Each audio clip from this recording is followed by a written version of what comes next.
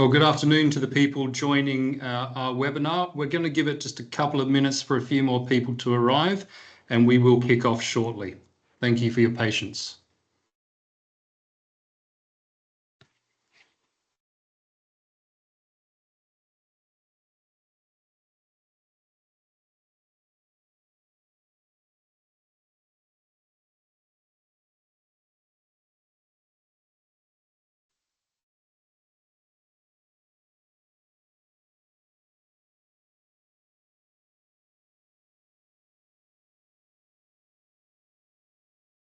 Just give us 60 more seconds.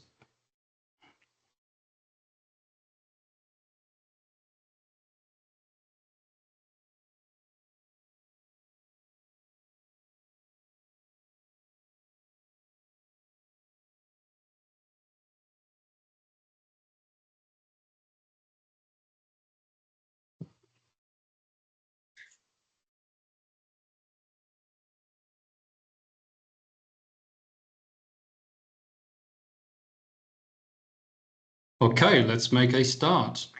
Well, good afternoon, everyone, and welcome. We have over 50 people registered for this webinar today across the market, from participants, exchanges, regulators, and advisors. So thank you for making the time on what I imagine is a pretty hot afternoon. My name is Lorne Chambers. I'm the Head of Monitoring Solutions here at CubeLogic, and today's webinar is on implicit capacity hoarding. It's a topic that's moved sharply up the regulatory agenda over the past 12 months, and one where we think there's a real gap between what the rules now require and what most firms are actually doing.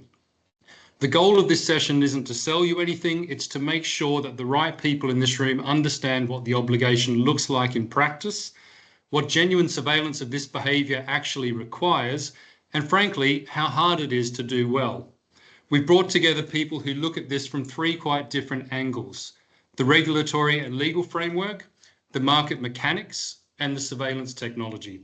And between those three perspectives, we hope you will leave with something concrete. There will be an opportunity to ask questions, and after each presenter, we will open up for live questions.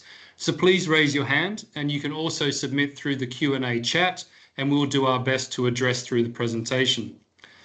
Poll questions may pop up on the side of the screen, and we would love your response, as it will help guide the presenters in the discussion as well.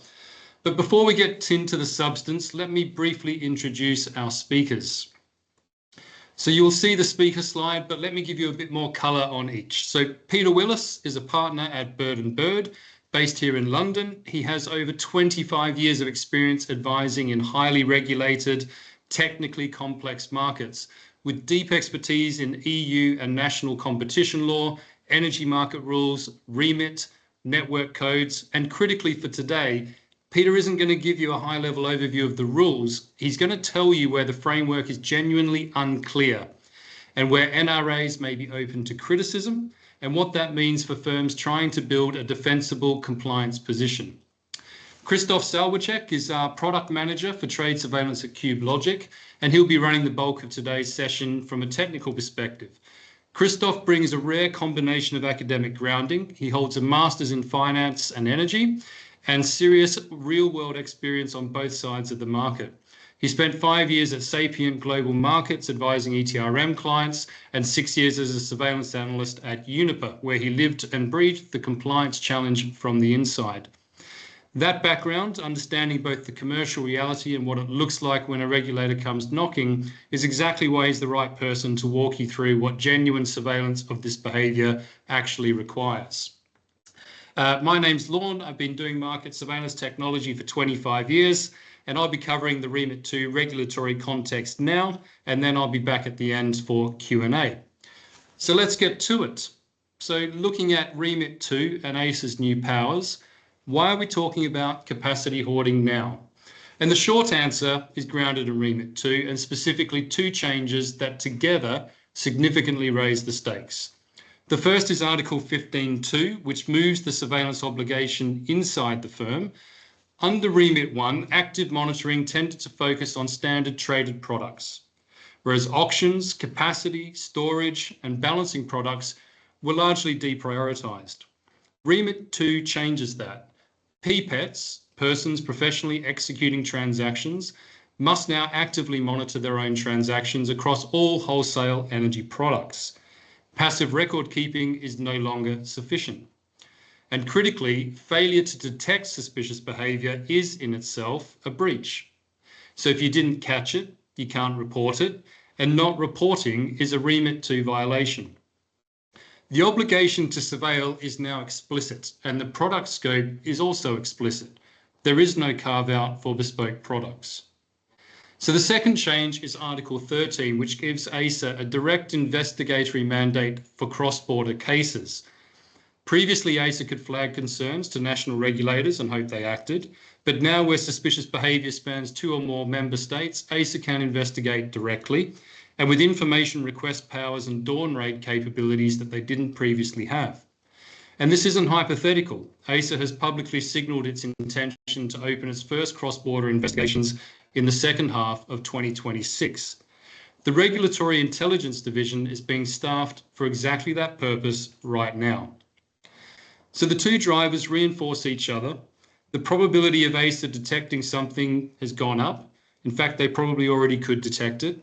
And the firm's own obligations to detect and report also goes up. And that's the environment that we're now operating in. Implicit capacity hoarding, which sits squarely in the bespoke product space that was largely ignored under REMIT I, is one of the behaviours that now needs to be firmly in scope. And with that as the backdrop, I'll hand over to Christoph to explain what exactly capacity hoarding is. Thank you, Lon. I move forward. I hope you can all hear me clearly, and also welcome from my side. So before we get into the surveillance side of things and further discussions on the legal framework, let's make sure we also share the same understanding what capacity hoarding is about. First, let's remember there are two kind of capacity regimes which exist side by side in Europe. One is the explicit allocation of capacity, where you procure transmission rights on auction booking platforms in the likes of JO, and that mainly applies to non-coupled markets like in Switzerland and Great Britain. While still in even coupled markets, you have explicit allocation that's more for long-term transmission rights.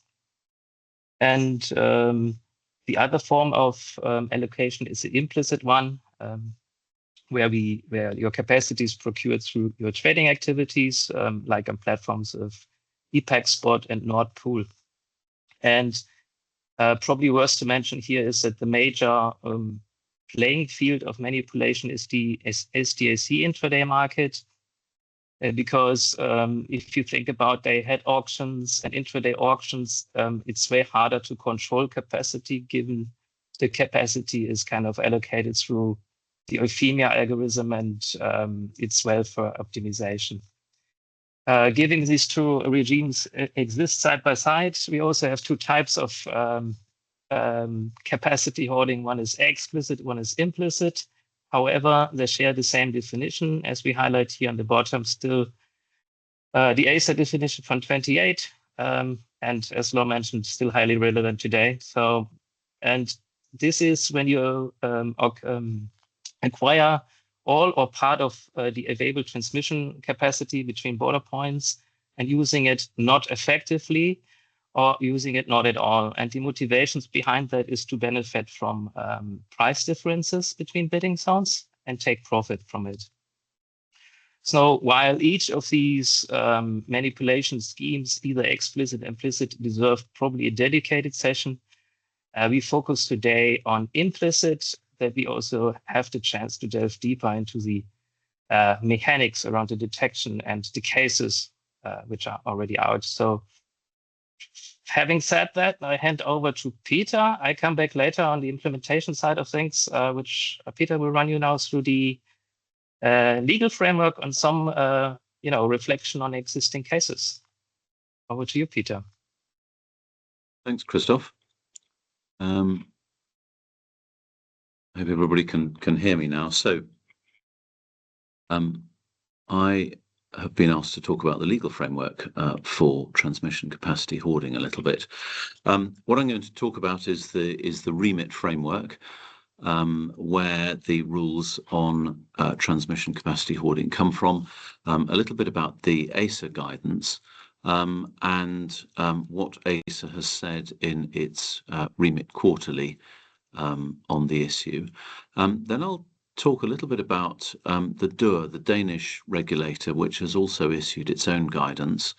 And then we'll turn to the framework for analysis of transmission capacity hoarding cases and a quick look at some of the case law in this area. So just a reminder that in any REMIT case, whether it involves transmission capacity hoarding or not, the NRA must demonstrate that the conditions for infringing REMIT are satisfied, and it must do that to the required legal standards, so on the basis of strong evidence. So it has to show that there's a case involving wholesale energy products in EU energy markets. That's usually fairly quick. But the key thing that it has to show is that one of the categories of manipulation in Article 2.2 is satisfied. So orders are sending false or misleading signals, or that the orders in some way secure prices at an artificial level, or use fictitious devices. And in any REMIT case, the regulators need to show how that has happened. Transmission capacity hoarding cases need to satisfy these conditions too. And although the guidance points to various indicators of manipulation in these cases, they're only a starting point, and they're not a substitute for meeting the Article 5 and Article 2.2 conditions. And I think that sometimes appears to be overlooked.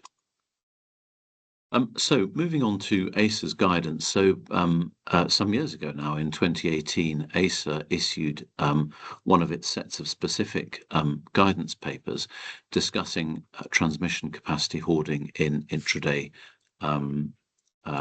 markets. And it defines capacity hoarding as a case where a market participant acquires all or part of the available transmission capacity without using it, or without using it effectively. And so those are the sort of the essential items of transmission capacity hoarding. And it gives various examples of non-use of capacity, both in implicit and explicit capacity allocation. And we're focusing today, as we've heard, on implicit capacity allocation cases. The ACER guidance also makes it clear that in cases where there isn't a reversal of the capacity acquisition, then it's important to demonstrate intent to do various things. There's also an assessment in the guidance of how this fits into Article 5 of REMIT, and also a reference to attempted manipulation.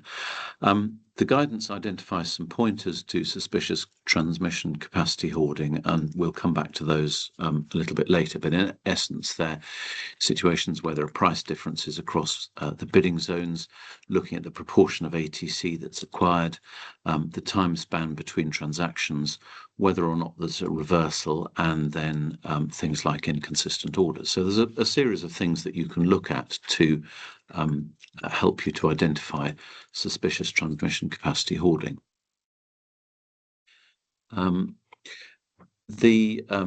Sorry, yes, that's right. ACER then, a few years later, so back in 2023, issued a REMIT quarterly on a particular subset of these cases, so on cross-border wash trades in the single intraday coupling. And it was looking specifically at the case of wash trades at the moment of release of intraday transmission capacity that contribute to a price split between two bidding zones by acquiring the remaining capacity between those two bidding zones. And it included a diagram with this article.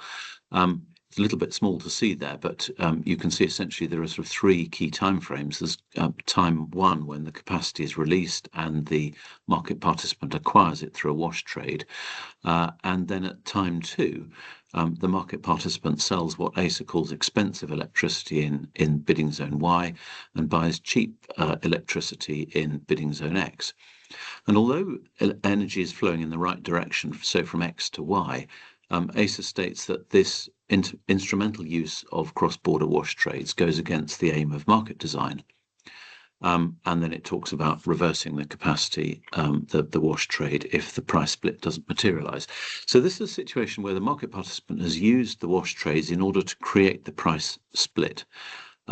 It doesn't address the situation which we've also seen where there is an existing price split and then the market participant uses wash trades in order to do the right thing with the electricity and sell it from the low price bidding zone to the high price bidding zone. There was then also some guidance from the DUR, from the Danish regulator, which has brought a number of cases in this area. Just as an initial comment, the DUR observes that the NRAs haven't adopted any accepted market practices in this area, so you can't argue that this sort of practice constitutes an AMP. In my view, that confuses the framework under REMIT and MAR. So under MAR, it does make a difference whether the regulators have adopted an AMP. In REMIT, in my view, it doesn't. It's a different setup.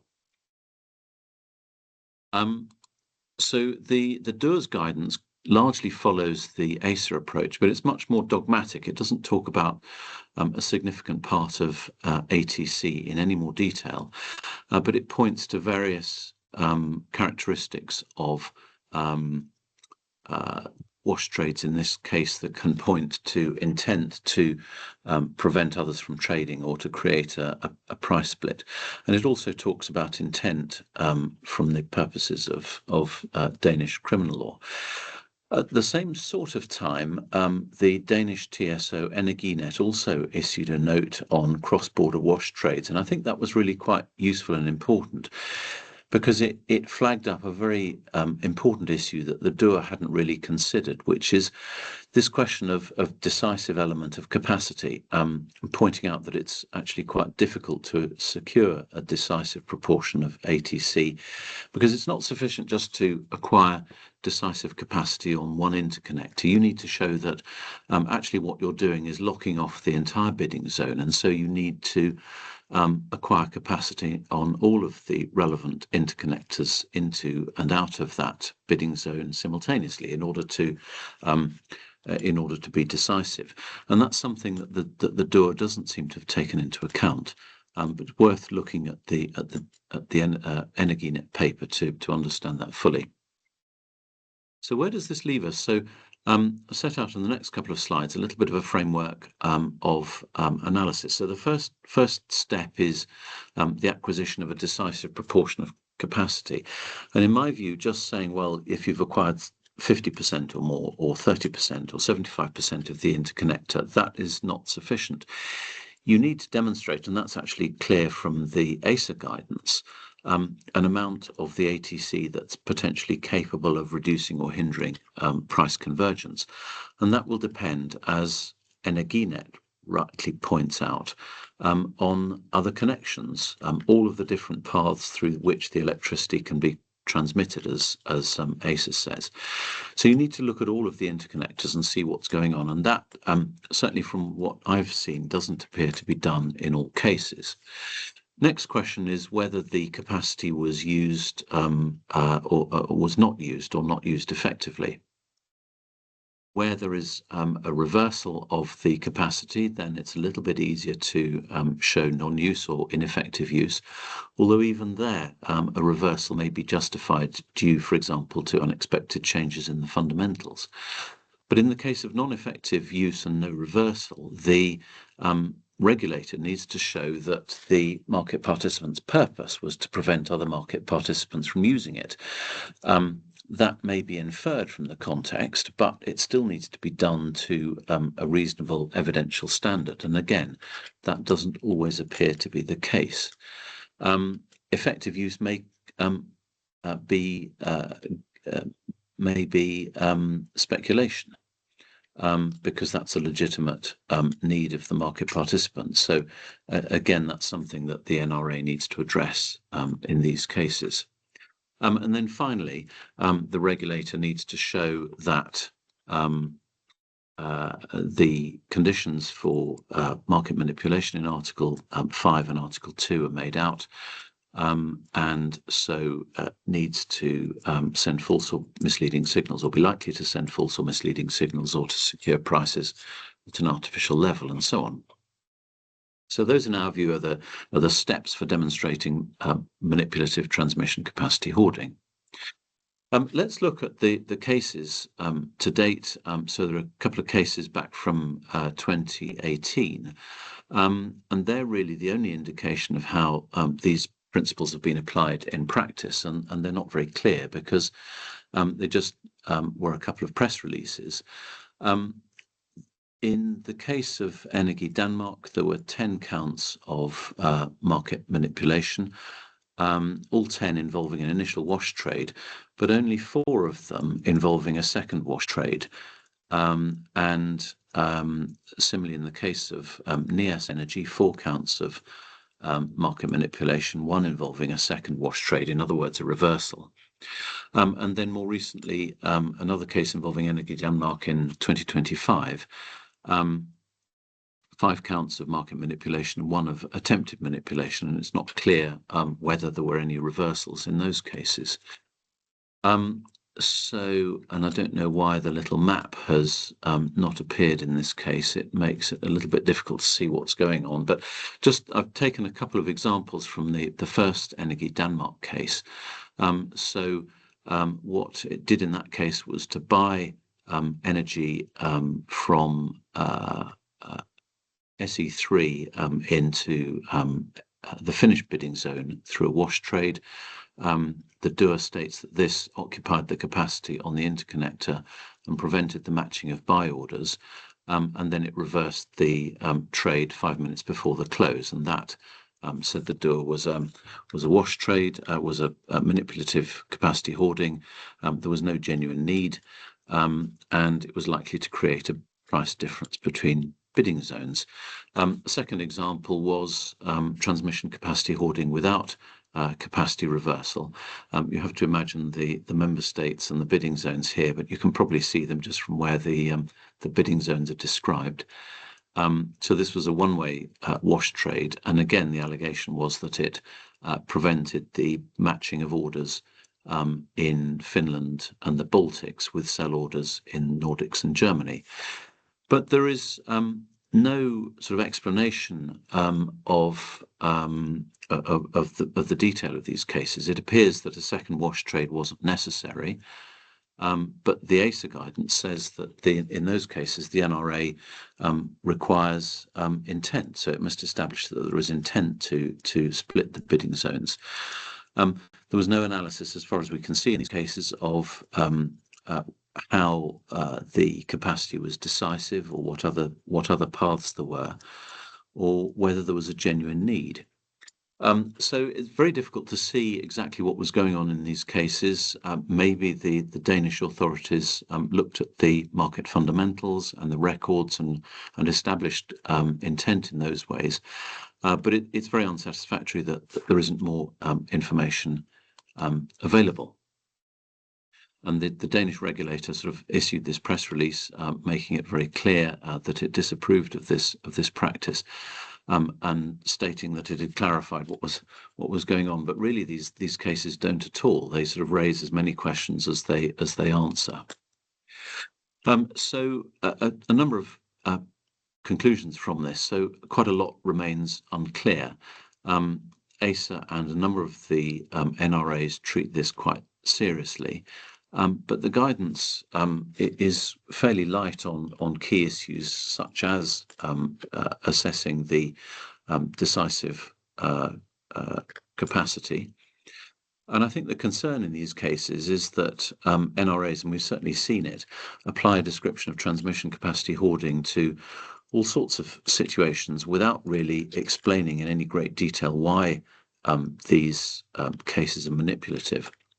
I think if you're caught up in one of these cases, the key issues to deal with are sort of trying to move away from setting any kind of hard dividing line for establishing decisiveness just in relation to the capacity on one interconnector, and try and sort of focus on why this is decisive in the context of all of the possible paths and all of the flows into and out of that bidding zone, and also sort of dealing with the question of intent in any non-reversal case. So ACER's guidance makes it clear that the regulator should establish intent where there isn't reversal.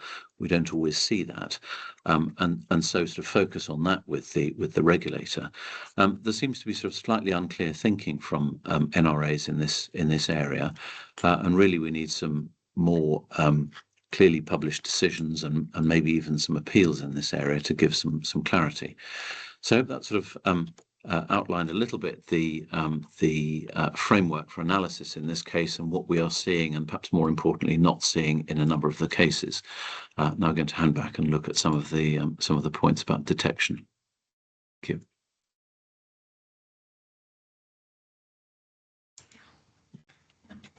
Just quickly, ladies and gentlemen, if there's any questions at this point, please raise your hand and we'll be able to bring you off mute to ask any questions you have of Peter. Equivalently, you can also drop questions into the chat. We'll just give it a minute.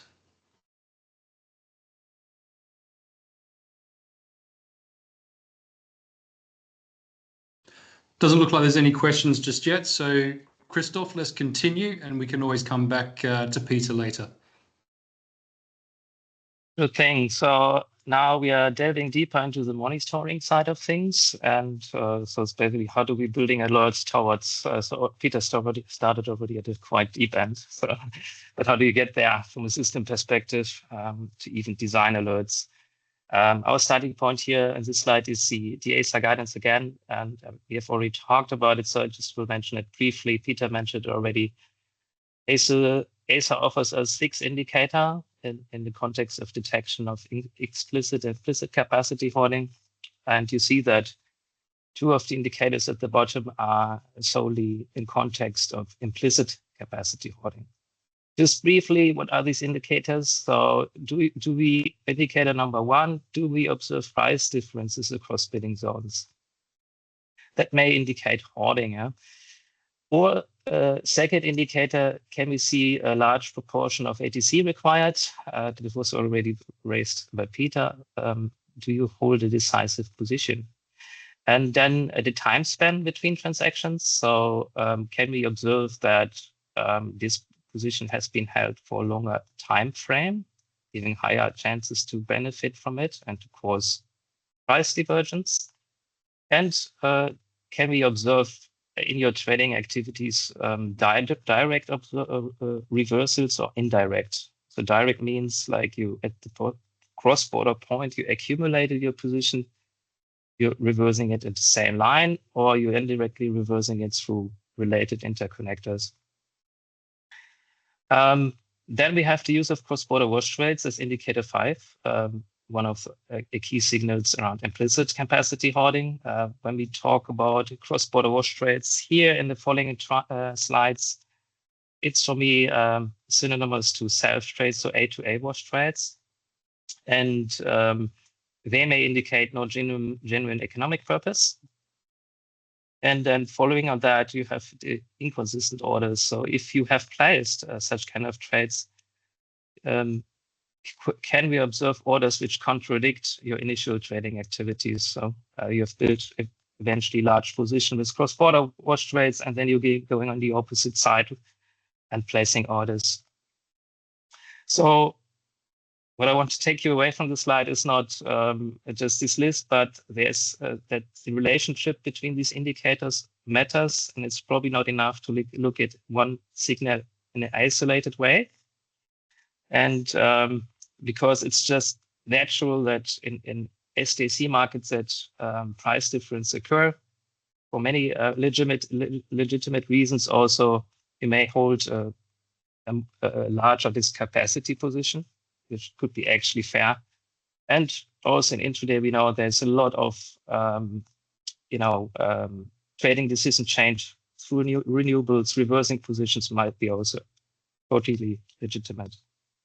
But before I go into details of all of these combinations, I wanted to just start with a common assumption, at least from a practical implementation perspective came across in the past years. And there's the assumption, if I monitor for self-trades, I mean the A-to-A wash trades, I'm well covered. And with self-trades, again, I mean like A-to-A wash trades, and it's a quite obvious starting point and an easy one as well, because it will be quite easily be able to detect a self-trade in a system. However, let's test the assumption if this is good enough.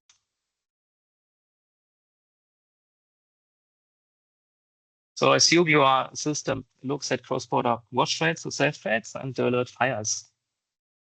So what does it tell us? I would say on its own, almost nothing yet. So we have here a number from also the ACER, one of the ACER newsletters, where they reported that about 10% of all hourly SDC products were cross-border wash trades. And it's quite a large number. And so that also confirms there are many reasons, or maybe legitimate reasons, why these trades exist.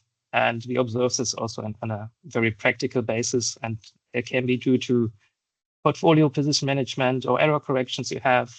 It could also be just algorithmic trading effects between matching portfolios, or you just re-optimize your portfolio. So looking at that alone, it would be probably lead up to high volume alerts and false positives. Hence, the context is necessary, and therefore we have these 5 questions at the right. And this is what a self-trade cannot answer alone. That is, was your ATC decisive? Yeah. Then was the duration significant? And did the spread diverge? And was it reversed?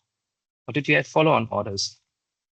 It's basically building on all these indicators as ACER is giving us.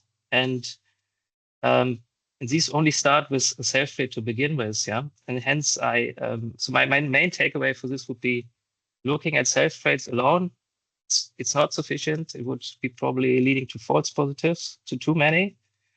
And the other thing is, even if you just look for them, you would miss the context in your system to understand whether your positions were decisive, you had a long hoarding duration, you can absorb spread divergence. It brings me to another point, and this point I want to bring, because I had it in the recent discussion on capacity hoarding. But if there are no self-trades at all, can implicit capacity occur even without a single cross-border wash trade? And if so, how could that be achieved? And that really stems from a discussion I had, and I thought it's quite valuable to bring it back here in this forum. In order to delve into that discussion, I came up with a form of a radar chart. The left in 2 scenarios. Yeah, and scenario 1 is a very evident, I say, a capacity hoarding case from a risk indicator perspective. What it should tell you is you're using A-to-A wash trades, you accumulating a high amount of capacity and holding on for a long duration, leading to a large price spread and a reversal. All of the indicators basically kick in. And that's actually what ACER doesn't want to see. It's very high investigations. And by the way, the ACER guidance as well is pretty much centered around these A-to-A self-trades. But what there's not centered on too much is scenarios without self-trades, because in principle on the right side, you can see reversals can happen. You can build up a large capacity position, hold on for a longer duration, and cause price spreads. So I flagged this investigation risk with a question mark, just because it's a bit unclear, at least for us from the guidance that what it would end up to in terms of investigations, given there's so not much guidance around it. But we wanted to show in an illustration in the follow-up slides that actually you can do such kind of behavior. For that, let's go into the scenario 1 and 2. I wanted to look at these two scenarios from an SDLC mechanics perspective. Yeah. So remember again, if you self-trades, you can control capacity. And why is that? Yeah. So if you are placing an order, a large sell order in zone A, and then time it right, yeah, and place it in zone B, you first of all will end up in a shared order book, yeah. But in order to make your orders match, you need to just time it right and price it right? But then you can control the outcome, yeah, that you lock in the flow A to B. And I have here in contrast is scenario 2A and B, just to make clear that how you cannot achieve, or probably it's hard to achieve a particular or lock in a particular capacity for cross-border is if you're simply going in with a large buy order, for example, in the shared order book, you cannot influence against which order you will be matched. So you might be matched against local orders or eventually A to B orders, orders from zone A or orders from zone C. So without coordination, yeah, you cannot really achieve it. Yeah.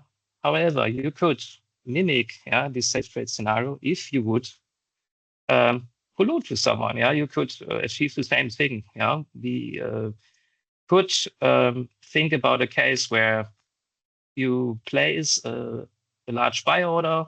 If you're again thinking about us as participant A, but I'm just coordinating with participant B, another entity, time it right, and that way we can control the outcome. And that leads me to a little discussion, and would be also happy to hear your thoughts on this. So if you have not that easy fingerprint in our system across border wash trades, is there no case, or is it just hard to detect? What's your thinking? Happy to hear your thoughts.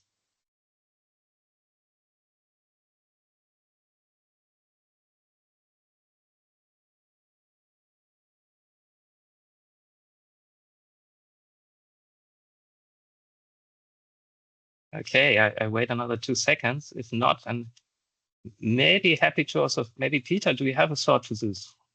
Just from your point of view. Otherwise, I can maybe leave a few words. Sorry, I didn't quite catch that. Can you say that again, please? So my question is, I hope I got it, the message along, is that if you don't have that easy fingerprint like a cross-border wash trade, an A2A wash trade, yeah, is there no case, or is it just difficult to detect? And is it because it's not very clear from the ACER guidance? The examples we get are all centered around the A2A wash trades. If such kind of case would lead up to a kind of investigation, and if you think further about it, it's also probably difficult to identify.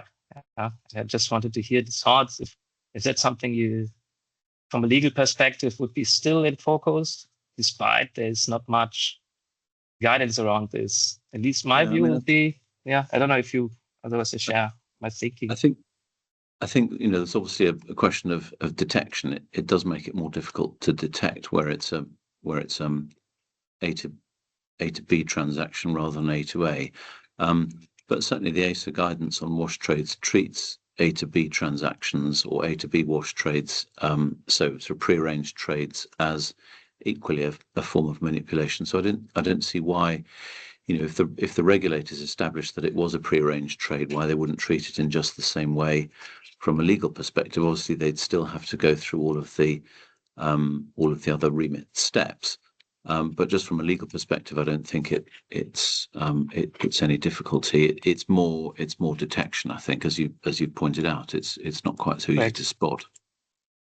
I would echo with that. I think we have some questions.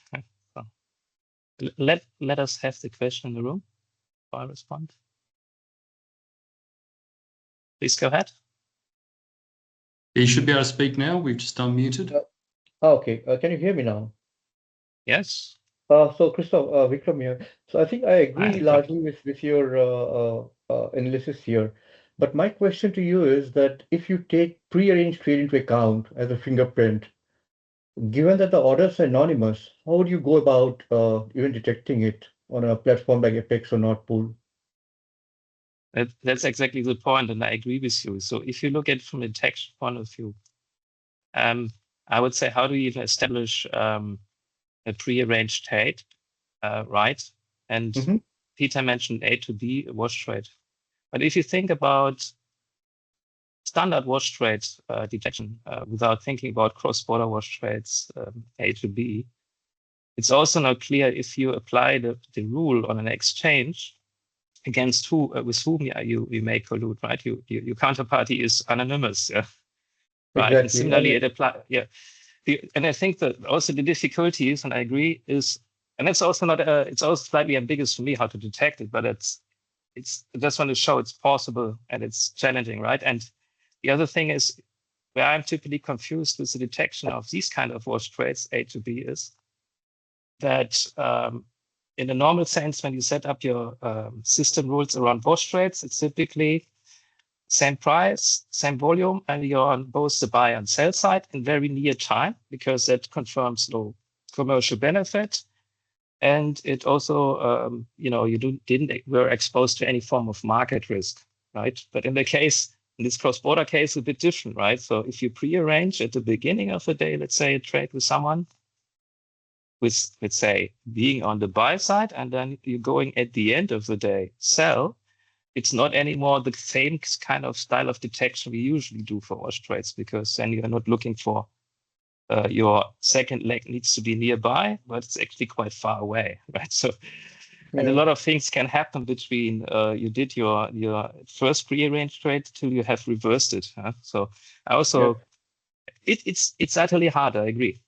But it's not, I think it's not preventing you from not being maybe caught under such kind of regime, because I think in the end, ACER is also coming back to the definition is you accumulated a large share of capacity and not used it effectively. The proof part would be probably harder. Perhaps I think the great starting point could be how much capacity have we actually acquired, because that's exactly what would lead to any manipulation. And another aspect is liquidity, right? If your market is liquid enough, it might not even be A to B, right? It could be A to B, C, D. I mean, your entire order could be split across multiple market participants, and that makes it even more difficult. Like, yeah, I mean, that's just my point of view, like my 2 cents, not much, but a very nice slide, I must say. Thanks for jumping in, Vikram. Any other thoughts? Otherwise, I would move on to the, let's say, more practical implementation side of challenges. Okay. And let's move on. So I have now 3 slides talking a bit of things you face when you implement implicit capacity hoarding. And we already talked about it. Yeah, what's decisive? Yeah, and also if you go quite granular into this, and even Peter, you mentioned that decisive, and you need to control capacity, which is hindering price convergence. It's not enough. If you look at one interconnector, you need to look at a related interconnector. But I would say even establishing what's let's say large capacity between 2 cross-border points is not quite straightforward. It's simply because capacity fluctuates throughout the day, right? So when you accumulate your capacity position, there's a little visual I have here on the right. Let's say you have accumulated 140 megawatts. It can be at the point you have accumulated be just 30% of the remaining ATC, but ATC moves during the day, right? It could be a T2 suddenly decisive at another point, 48, is that still decisive or not, right? And that's just looking at one zone. Yeah, as Peter mentioned, you may have to take into consideration multiple zones. So you need to kind of think what's a reasonable approach, how to measure that, and it's not very straightforward. So, and then the other point is that when you look at let's say, the hoarding time span, yeah, then we have to think about what's actually a start and end of a hoarding window. Yeah, is it when I concluded my first cross-border watch trade? Is that the starting point, or is it actually when I acquired the peak amount of my position at the particular border? And that's where it starts. And depending when and where you measure, the outcome of your duration might be quite different. Yeah. And then the other aspect we came across is that you need to distinguish because between the price divergence from natural divergence. So, and that's also conceptually hard because in SDLC we see markets having large price spreads, even without any form of strong capacity utilization. So you need to put in some additional information into context to kind of further prove price divergence potentially was caused by your own activities. Yeah. Plus, for us also, at least we haven't seen any examples of cases with hoarding not involving cross-border watch trades, but in our discussions, we get requests of covering it. So just want to mention these points on the conceptual side of things. And if you move forward on, that's probably the hardest part, the technical and data side of things, there are a few things to consider. So first of all, you need to be able to, ingest ATC data into your system, which typically is not a standard data source surveillance system to use. And this data source is not in a native way built, at least from the NEMOs, that you can relate it back to your actual trades, which you need to do in order to assess your capacity utilization against the available remaining capacity. And a little graph on the right just to illustrate it. Typically, it's a little small, but it's I wanted to say that typically surveillance systems look at local views of your activities. In this example, it's Power Germany 17 to 18. However, that might contain many cross-border trading paths. Plus, it might contain just local trading activities. So in order to build that picture around the cross-border, you need to find a way to decouple cross-border trading from your local view and then match it up with capacity data. And then you have the other aspect that data from multiple NEMOs would be required, because also you can think of cases where especially this visibility doesn't exist. If, let's say, if you just go for Apex data feed, you wouldn't see in that feed if you have done a self-trade, maybe one leg Apex, the other Nord Pool.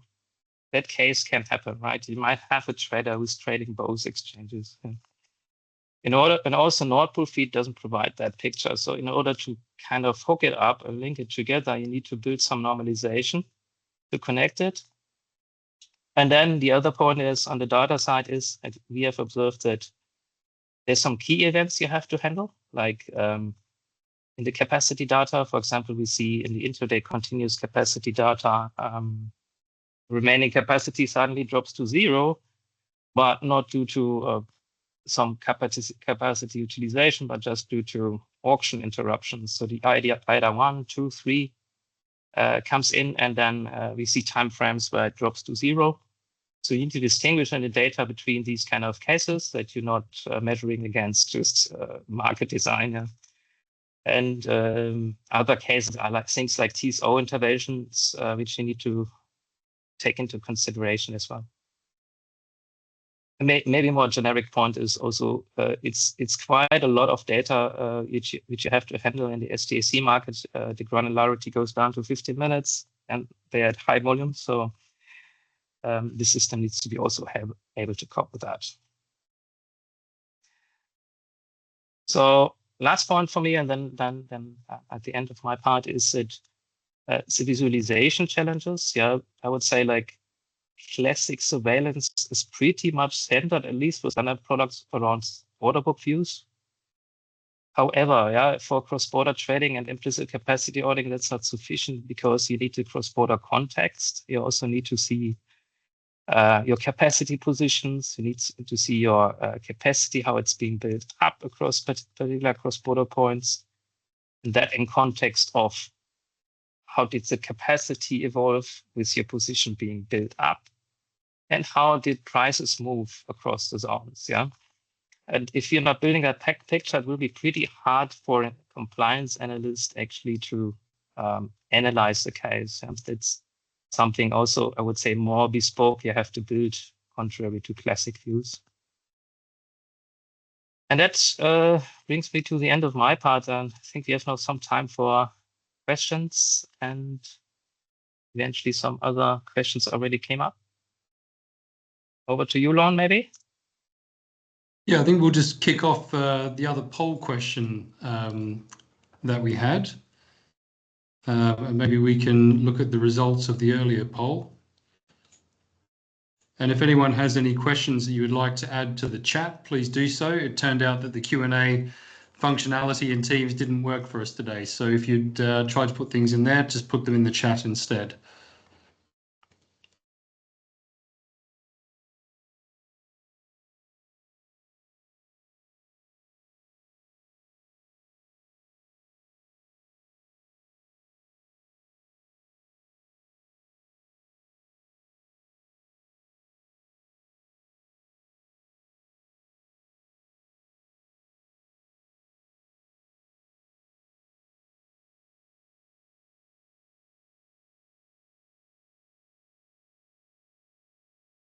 The poll responses are coming in. I've not seen any hands go up for questions. I'm just going to go back to the initial poll and share some results. So the first question is, what do you see that has the higher priority from a REMIT surveillance perspective? And it was between explicit and implicit. And it was a level response between both being priority and implicit capacity hoarding. So I guess the insight there is people are probably thinking a little bit more about implicit capacity hoarding. Explicit seems important, but maybe behind implicit in order of priority. And maybe this has something to do with the use it or lose it mechanisms in the explicit capacity hoarding. And looking at the second question, implicit capacity hoarding cross-border wash trades will be a priority focus for ACER's REMIT investigations department. 75% agreed with that, 6% disagreed, and I'm going to raise my hand and say I read the question wrong and I responded with that one, so that was probably just me. And 24% of the people honestly don't know, which is probably the right answer, because we don't know what ACER is thinking other than what they've sort of described in a lot of their press and announcements. So coming then to the second poll, how prepared is your organisation to detect implicit capacity hoarding? Somewhat prepared, 55%. No one is, well, 9% are very prepared, and I applaud you. That's fantastic.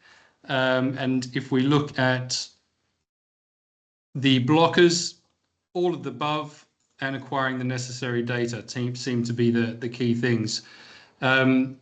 So unless there's any questions, we'll just give it one more minute for questions to come through.